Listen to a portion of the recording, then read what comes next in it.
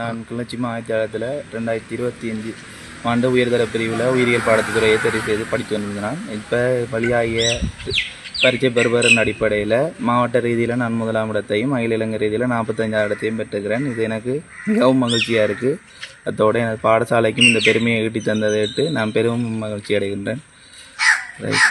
அடுத்தது இந்த சாதனையை புரிகிறதுக்கு பக்கபலமாக நின்றது இந்த அம்மா, முக்கியமாக எனது அம்மா. அதோடு எனக்கு பாடசாலையில் கற்பித்த ஆசிரியர்கள், அதோட தனியார் கல்வி ஆசிரியர்கள், மற்றது இந்த ஃப்ரெண்ட்ஸ் கொஞ்சம் பேர் நல்லா உதவி செய்வாங்க. அதோட மாணவர்கள் எல்லாரும் படிப்பு மட்டுமன்றி இருக்காமல் பாடசாலையில் நான் சிரேஷ்ட மாணவ தலைவராகவும் இருந்திருக்கேன், உதவி சிரேஷ்ட மாணவ தலைவராகவும் இருந்திருக்கிறேன். அதோட கணக்க போட்டிகளையும் பங்கு பெற்றிருக்கேன். அப்போ இணைப்பாட விதான செயற்பாடுகளில் ஈடுபடுறது படிப்பை குறைக்கும் வண்டி இல்லை. அதோட நீங்கள் படிப்பையும் பேலன்ஸ் பண்ணி கொண்டு போனீங்கன்னா இன்னும் பல சாதனைகளில் தேசிய ரீதியில் நிலைநாட்ட முடியும்.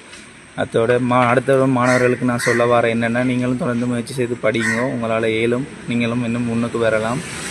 எனது பெறுவரையிட்டு நான் மிகவும் மகிழ்ச்சி அடைகிறேன். எப்படி படித்த நீங்கள் இப்போ அடுத்தடுத்த வர்றாங்கள பரீட்சை எழுத மாணவர்களுக்கு நீங்கள் இன்னும் அட்வைஸ் பண்ண வரீங்களா? எப்படி படிக்கணும், எவ்வளோ நேரத்தை செலவழித்து படிக்கணும்னு சொல்ல விரும்புகிறீங்களா? படிக்கிறது நாங்கள் தொடர்ந்து அதோடு இருக்கிறதால மட்டும் ரிசல்ட்ஸ் வராது. அதற்கான தொடர்ந்து ஒரு புத்தகத்தையே பாடத்தையே படித்து கொண்டு இருக்கிறது இல்லை. இப்போ வினாத்தாள்களை செய்து அதிலிருந்து தான் விஷயத்தை கணக்கு எடுத்துக்கொள்ள வேண்டும். உதாரணமாக சொல்லப்போனால் பாஸ் பேப்பர்ஸ் இருக்குது தானே. பாஸ் பேப்பர்ஸ் நாங்கள் ஒரு 10 வருஷத்துக்கும் ஒரு 15 வருஷத்துக்கிட்ட தொடர்ந்து திருப்பி செய்து பார்க்க வேணும். அதில் இருந்தால் எங்களோட ஐடியாக்களை எடுத்துக்கொள்ள முடியும். ஒரே தொடர்ந்து புத்தகத்தை வச்சு கொண்டு இருந்தும் கன நேரம் முடிச்சு கொண்டு இருந்துமென்று வெற்றி வர போகிறதில்லை. எஃபெக்டிவாக டைமை பயன்படுத்த வேணும்.